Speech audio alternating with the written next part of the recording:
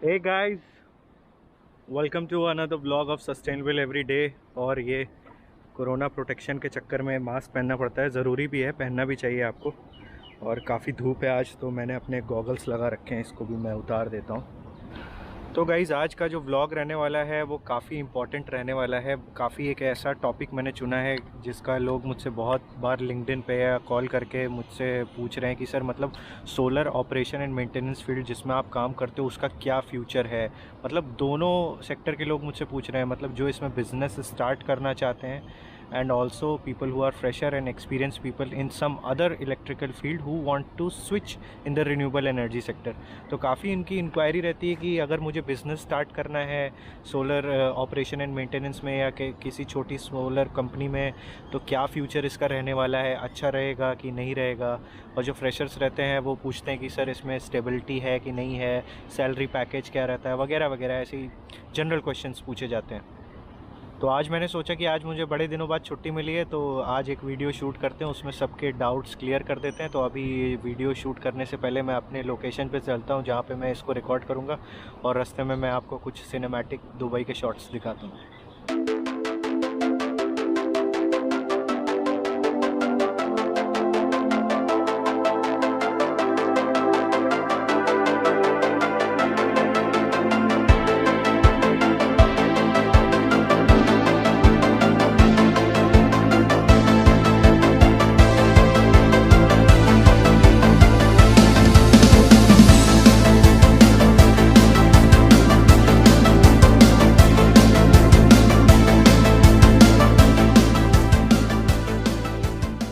तो बात करते हैं लोगों के क्वेश्चंस पे, डाउट्स पे, जो लोग मुझसे पूछते हैं। It is basically regarding getting into solar and operation maintenance field. तो क्या है solar operation and maintenance field? बहुत सारे लोगों को मिसकंसेप्शन है कि हाँ भाई सोलर पैनल है उसका मेंटेनेंस होता है, मतलब मोस्टली उसकी सिर्फ सफाई होती है और बाकी सोलर प्लांट चलता रहता है। नहीं, मतलब ऐसा नहीं है।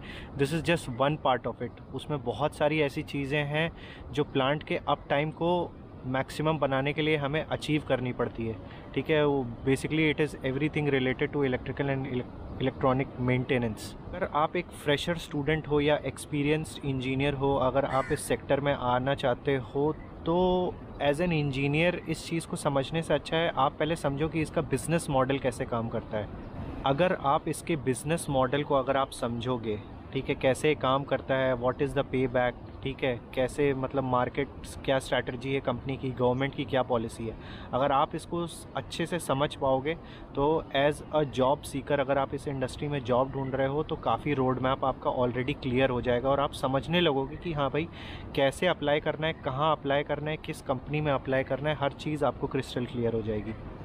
अब बात करते हैं बिज़नेस पॉइंट ऑफ व्यू से। तो जो लोग मतलब पूछते रहते हैं कि कैसा रहेगा बिज़नेस, स्टेबिलिटी है कि नहीं, स्पेशली अभी कोविड-19 सिचुएशन के बाद तो मार्केट ने ऐसा करवट लिया है कि आप सोच भी नहीं सकते। अगर उससे रिलेटेड अगर आपको कुछ वीडियोस देखने की आफ्टर कोविड-19 कैसे जॉब सिनेरियो रहने वाले हैं, कैसी जॉब्स रहेंगी, मिलेंगे कि या नहीं मिलेंगी, या रिन्यूएबल एनर्जी सेक्टर में जॉब का क्या स्कोप रहेगा आफ्टर कोविड-19, तो उसका लिंक आपको यहाँ पे मिल जाएगा। आप क्लिक करेंगे तो मेरे प्रीवियस वीडियो पे आप आ जाएंगे। जो रिन्यूएबल एनर्जी सेक्टर है definitely comes under the essential service. It is related to power generation. तो सिचुएशन चाहे जैसी भी हो, पेंडेमिक सिचुएशन ही हो, उसमें लोगों को पावर की ज़रूरत रहेगी। तो डेफिनेटली जो इसका मार्केट है रिन्यूएबल एनर्जी सेक्टर का, it is going to be very stable and very demanding in the future.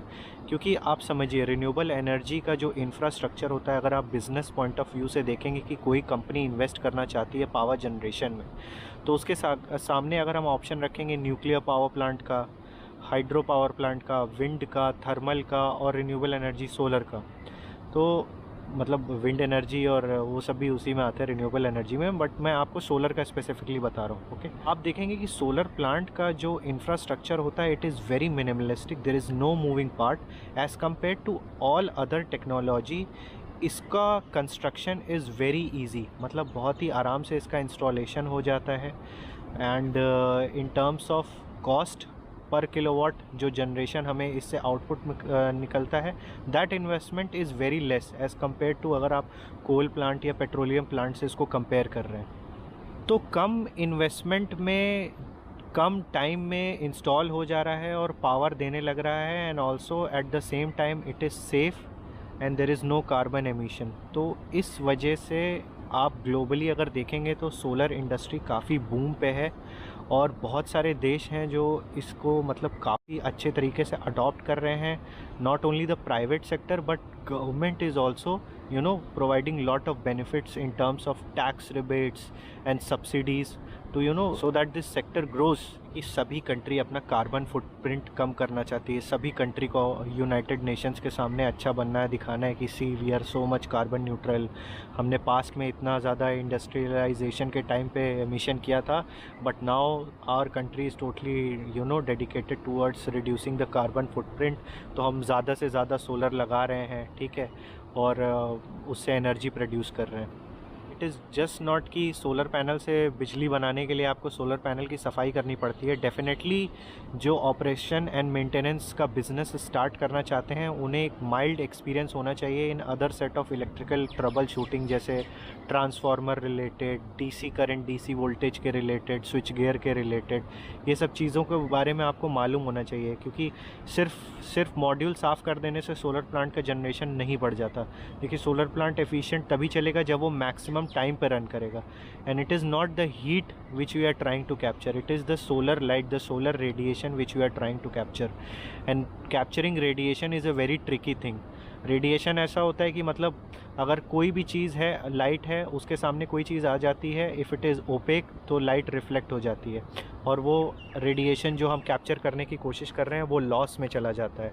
So basically it is dust, patches, shadows, तो इन सब को हम हटाने की कोशिश करते हैं। तो उसके लिए डेटा एनालिसिस किया जाता है, सॉफ्टवेयर के थ्रू। सोलर प्लांट इंस्टॉलेशन से पहले हम एनालिसिस करते हैं। तो ये सब चीज़ें हैं वो those who are looking forward to work in the renewable energy sector as a company, और जो जॉब इसमें ढूंढ रहे हैं। तो इसमें ऑपरेशन एंड मेंटेनेंस में इसमें बहुत सारे पैरामीटर्स आते हैं which is not only related to generation of the solar plant but also the analytic part of the solar plant, कि अगर सोलर प्लांट लगा भी हुआ है तो उसका जनरेशन और एफिशिएंसी कम आ रहा है, क्यों आ रहा है, उसकी एनालिसिस करते हैं, सॉफ्टवेयर के थ्रू करते हैं, साइट सर्वे करके देखते हैं। देखिए, मेंटेनेंस सोलर प्लांट का it is not a rocket science, everything is available over the internet. मेरे जैसे लोग हर चीज़ सब कुछ नेट पे अवेलेबल करते हैं, क्योंकि भाई ज्ञान बांटने से ही बढ़ता है।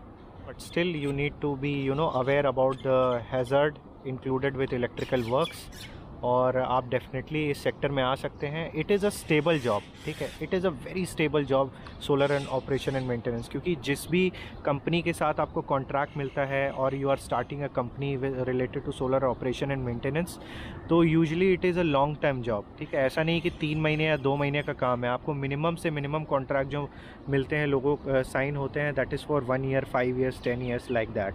ठीक है, अब ये बेनिफिशियल बिजनेस कैसे है कि अगर सोलर प्लांट का आप अच्छे तरीके से मॉनिटरिंग और मेंटेनेंस कर रहे हैं, तो since there are no moving parts, तो इक्विपमेंट फेलियर के चांसेस बहुत ही कम हो जाते हैं, ठीक है। तो लॉन्ग टर्म पे क्या होता है, आपको अब इन्वेस्टमेंट नहीं करना पड़ता in terms of spare part को रिप्लेस करना, ठीक है। मतलब स्टार्टिंग में हो सकता है कि प्लांट स्टेबल ना हो, उसकी टेक्नोलॉजी स्टेबल ना हो, तो बहुत सारी चीज़ें फेल होती रहती हैं, लेकिन इट्स जस्ट इलेक्ट्रिकल वर्क। जैसे आप बेसिक देखते हो, एमसीबी ख़राब हो गया, फ्यूज़ ख़राब हो गया, इट्स जस्ट लाइक दैट। तो अगर अच्छे से आप मेंटेनेंस करोगे, हर चीज़ को मेंटेन करके चलोगे, तो डेफिनेटली इक्विपमेंट फेलियर के चांसेस कम रहते हैं। So in the long run जो आपका इन्वेस्टमेंट रहता है in terms of spares and consumable, वो कम हो जाता है, एंड फिर उसके बाद जो आपको पेमेंट मिलता है एंड क्लाइंट से for the generation, that is your benefit, that is your profit. Also year two year जैसे ही आपका कॉन्ट्रैक्ट ख़त्म होता है, तो कॉन्ट्रैक्ट रिन्यूअल में the contract can be renewed with another 5% और 10% हाइक। तो वो at the end of the year, at the end of the contract, वो भी आप अगर आप बिज़नेस स्टार्ट करना चाह रहे हो तो आपके लिए प्रॉफिट हो जाता है, because since you have already worked in that particular plant for 1 year, so you have gained the trust of the client, okay. तो डेफिनेटली कॉन्ट्रैक्ट आपका रिन्यू हो जाता है and you start making profit out of it. Okay, अब बात करते हैं fresher लोगों के बारे में। भाई फ्रेशर लोग, मैं समझ सकता हूँ कि जब मैं फ्रेशर वाली स्टेज पे था तो काफ़ी मुश्किल होती थी। मतलब मेरी भी कोई स्ट्रैटेजी नहीं बोल पा रहा हूँ मैं तो मेरी भी कोई स्ट्रैटेजी नहीं थी कि यार कैसे किस सेक्टर में आए। हालांकि मैंने कॉलेज में, मैं आपको बता दूँ, सोलर से रिलेटेड काफ़ी प्रोजेक्ट्स कर रखे थे, तो मुझे एक आइडिया था कि हाँ यार, सोलर इंडस्ट्री भी एक आने वाला अच्छा मार्केट है, क्योंकि कॉलेज टाइम में मैंने इस पर रिसर्च किया था, एक प्रेजेंटेशन दिया था कि हाँ यार काफ़ी अच्छा सेक्टर है, तो मुझे 3rd ईयर 4th ईयर के बाद पता लग गया था कि it's a very good sector. और कोई बताने वाला तो नहीं था, लेकिन फिर मैंने सोचा कि नहीं ठीक है, इसी चीज़ को सर्च करते हैं। तो फिर एक स्टार्टिंग छोटी सी कंपनी थी उस टाइम, 4 इयर्स बैक वो कंपनी स्टार्ट हो रही थी।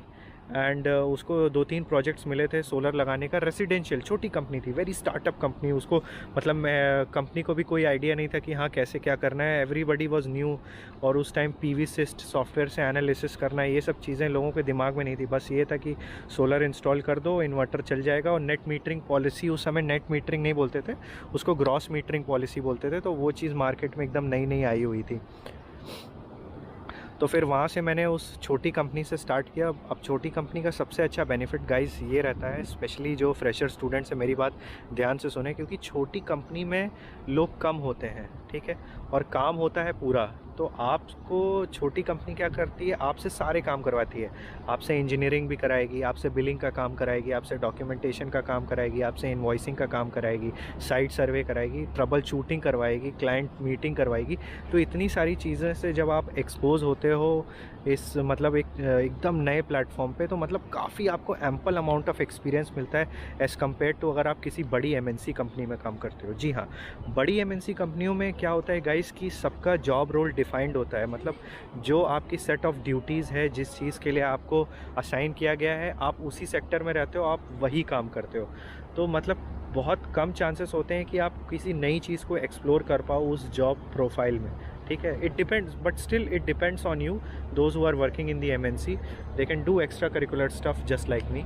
छोटी कंपनी में जब आप काम करते हो तो आपका एक्सपोजर इतना ज़्यादा हो जाता है, आपसे ऐसा ऐसे काम करवाया जाता है जो आपने कभी नहीं किया होता। फिर आप उस चीज़ के बारे में परेशान होते हो, दोस्तों से पूछते हो, इंटरनेट पे सर्च करते हो, तो ऑलरेडी आप इतने ग्रूम हो जाते हो और इतने ट्यून हो जाते हो कि ऑलरेडी फिर बड़ी कंपनी में अप्लाई करने के लिए आपका रोड मैप क्लियर हो जाता है। आपको खुद समझ में आने लगता है कि हाँ ठीक है यार, इतने सारे मेरे से काम करवा ली कंपनी ने, तो मैं ये काम में अच्छा हूँ, मैं इंजीनियरिंग में अच्छा हूँ, मैं प्रोजेक्ट में अच्छा हूँ, मैं डिज़ाइन में अच्छा हूँ, ठीक है, या मैं प्रोक्योरमेंट या BD में अच्छा हूँ। तो ये सारी प्रोफाइल जब आपको पता चल जाती है, then your road map is clear how to apply in the industry.